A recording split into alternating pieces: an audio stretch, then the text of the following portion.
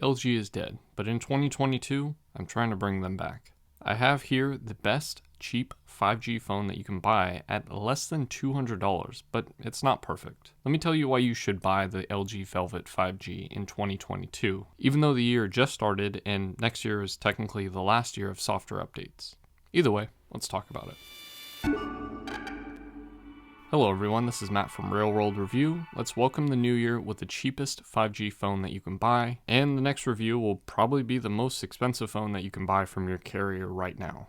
There are going to be socials listed above, and you should check them out, even though they are kind of boring. But back to the most exciting 5G phone I have seen. Now, I have to talk about the price because that is the most interesting part of this phone. In 2020, this phone came out for most people at a staggering $600 to $700 depending on your carrier. Compared to the $700 Pixel 5, which had similar specs processor-wise, it wasn't that bad, but for what it is, it was a horrible price. Still, I saw these drop to the $500 range at T-Mobile before they got even lower at $300 for other carriers. Now that this phone is coming to its second birthday, it can be found on Amazon with warranties and such for low to high $200 range, but even cheaper if you go to Swappa.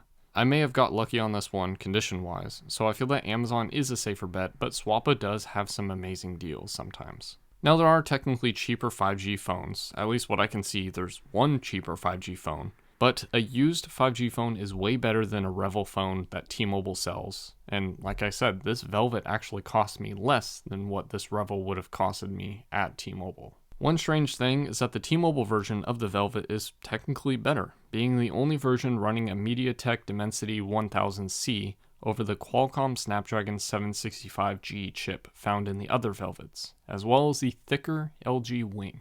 With this said, CPU and GPU performance is actually much better than the Snapdragon 765G found in both phones. So, like I said, the Velvet from T-Mobile is technically the better phone, ironically. Personally, I didn't notice too much of a difference, but I'll talk about that a little bit later.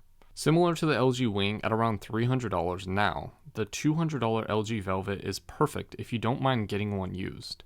If batteries are an issue, you can always use that savings for an amazing portable charger thanks to that 25 watts of charging paired with 9 watts of wireless charging.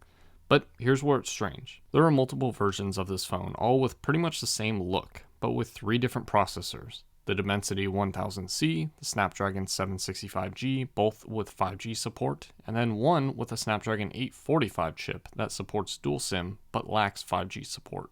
Then we have a mix of phones with 4,000 or 4,300 mAh batteries depending on your region, and even 8GB RAM versions, while others have 6GB RAM. This one I'm reviewing and recommending is the single SIM LG Velvet from T-Mobile that has a 4,000 mAh battery, Pump Express 2.0 for wired charging, and has a Dimensity 1000C processor. Don't worry, I'll try to make the rest of this review not too confusing.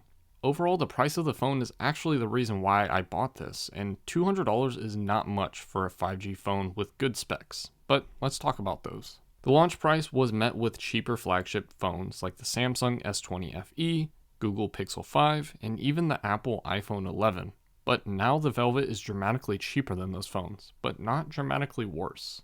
The phones I mentioned start at about $400 used, while the Velvet can be found as low as $139. Sure, performance is not one-to-one with those devices, but you won't see a 50 to 70% performance drop. But anyways, let's start with that oddly curved 6.8-inch 1080p POLED display. Now, some of the downsides are the fact that it is curved and we are given a 60Hz 395 pixel per inch screen, but video looks nice on this screen. Very vibrant and accurate color-wise. We also get a decently placed optical fingerprint scanner at the bottom, which is nice because the phone lacks face unlocking. At least we get knock code. Wait, there's actually no knock code. At least we get knock on and an always on display. As for the processor, like I said, it is a MediaTek Dimensity 1000C processor paired with 6GB of RAM.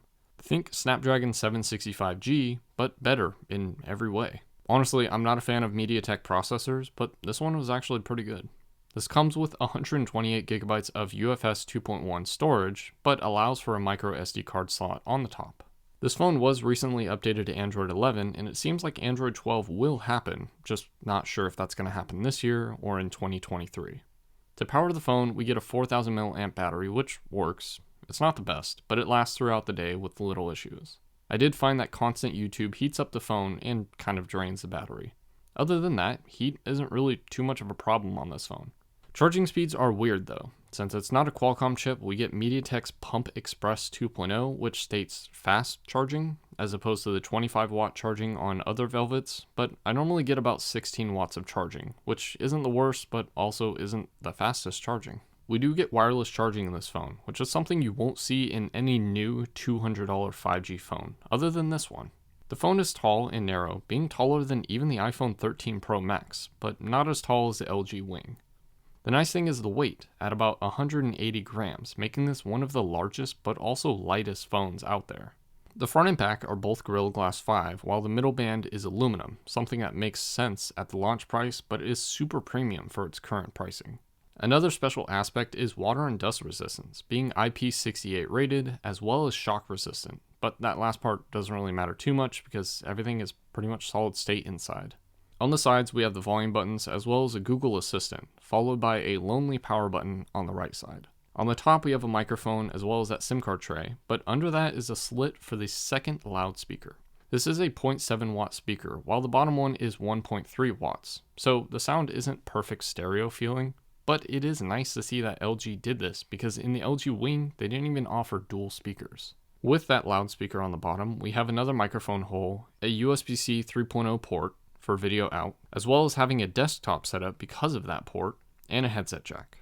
No, this doesn't have a quad DAC like previous LG phones, which marked the end of that spec, as well as LG itself. All I have to say is that this all pairs to decent specs for the launch price, but an amazing deal compared to every other phone in its current price point. Really, I didn't want to make a category for the cameras, but I think it's fair to address some of the concerns. I mean, look at the camera design. This was actually a major talking point at launch. Another thing is that while the camera processing is technically different on the Snapdragon and Dimensity versions, the overall performance is going to be pretty much on the same level, being good to great, but never outstanding. Starting with the main camera, we have a 48 megapixel sensor that normally shoots at 12 megapixels, an 8 megapixel ultra-wide sensor at 120 degrees, and a 5 megapixel depth sensor, which pretty much means that we only have 2 usable rear cameras. The shots are good, lacking optical image stabilization is noticeable, not to mention night shots aren't really the best. As for video, we get fairly stabilized video, but maxing out at 4K 30 frames per second, even though the processor is capable of 4K at 60 frames per second. The nice thing is that we do get 4K 30 on the front and rear camera, just not the ultra-wide sensor. I'll let you enjoy some of the shots that I took, and some music.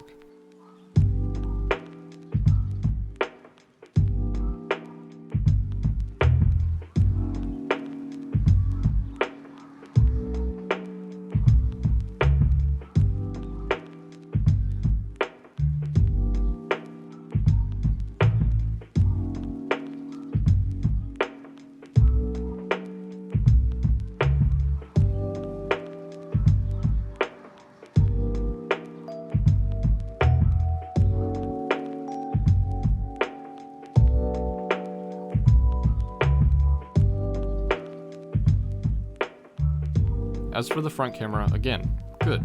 It's a fixed focus 16 megapixel camera that can shoot at 4K 30. To me, it's nothing special, but the video recording is nice to see. There are surprisingly not too many camera feature modes, but there are a decent amount of features coming out of this camera app. Like I said, good photos, but I wouldn't really rely on this for major life events or moments. The rear camera design is pretty interesting though. Overall, this is a pretty decent mid-range phone for a budget price. It is very possible to find this phone new for around $250 at the moment, but goes even lower than $200 if you don't mind buying a used one. There are other features like pen support for another $70 or a dual screen add-on, though the latter can get pretty expensive if you can even find one nowadays. I personally don't have any of those other accessories, but the only other phones that support pens in this price point is the LG Stylo and Motorola Stylus, which are terrible performance-wise and lack 5G when compared to the LG Velvet. While this clearly isn't the perfect phone, it is probably the best bang for your buck if you're looking for a fast and usable phone that doesn't even dent your bank. And now we reach the end of my review of the LG Velvet in 2022, the best cheap 5G phone that you should buy. Let me know what you think in the comment section or socials listed above, and as always, thanks for watching.